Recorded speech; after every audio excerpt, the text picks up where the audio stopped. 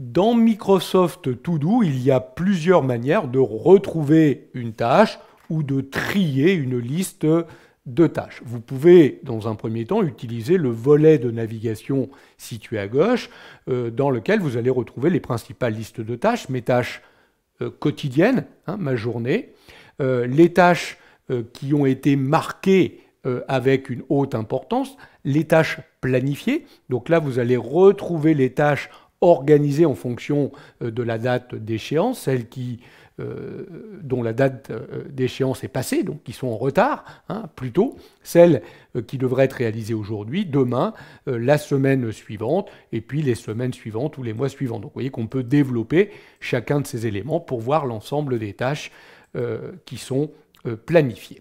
Dans tout ici, on va retrouver une organisation en fonction de l'endroit où est rangée, classée la tâche. Donc là, on a toutes les tâches venant de Microsoft Planner, toutes celles venant des indicateurs de courrier, marqués pour suivi, les tâches qui ne sont pas classées dans des listes, et puis on retrouve les différentes tâches rangées dans des listes de tâches, Conception Digital Learning ou FFP. Remarquez qu'on retrouve les listes de tâches plus bas.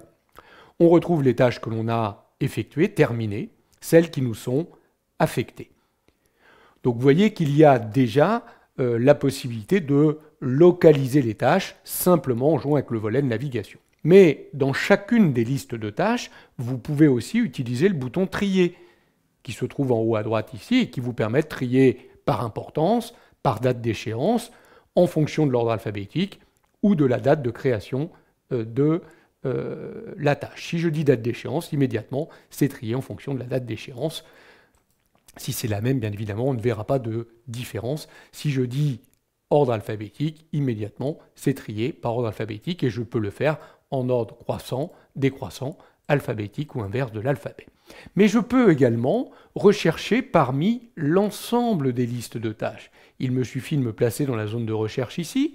Imaginez que je recherche le mot-clé Power BI. Vous voyez qu'il a localisé l'ensemble des tâches qui contenaient le mot-clé Power BI. Alors, il recherche vraiment partout. Regardez, si je tapais le mot-clé formation, il va aussi bien rechercher les tâches qui contiennent le mot-clé formation, qu'on avait mis ici en balise, mais aussi des tâches qui peuvent contenir formation simplement à l'intérieur d'une note.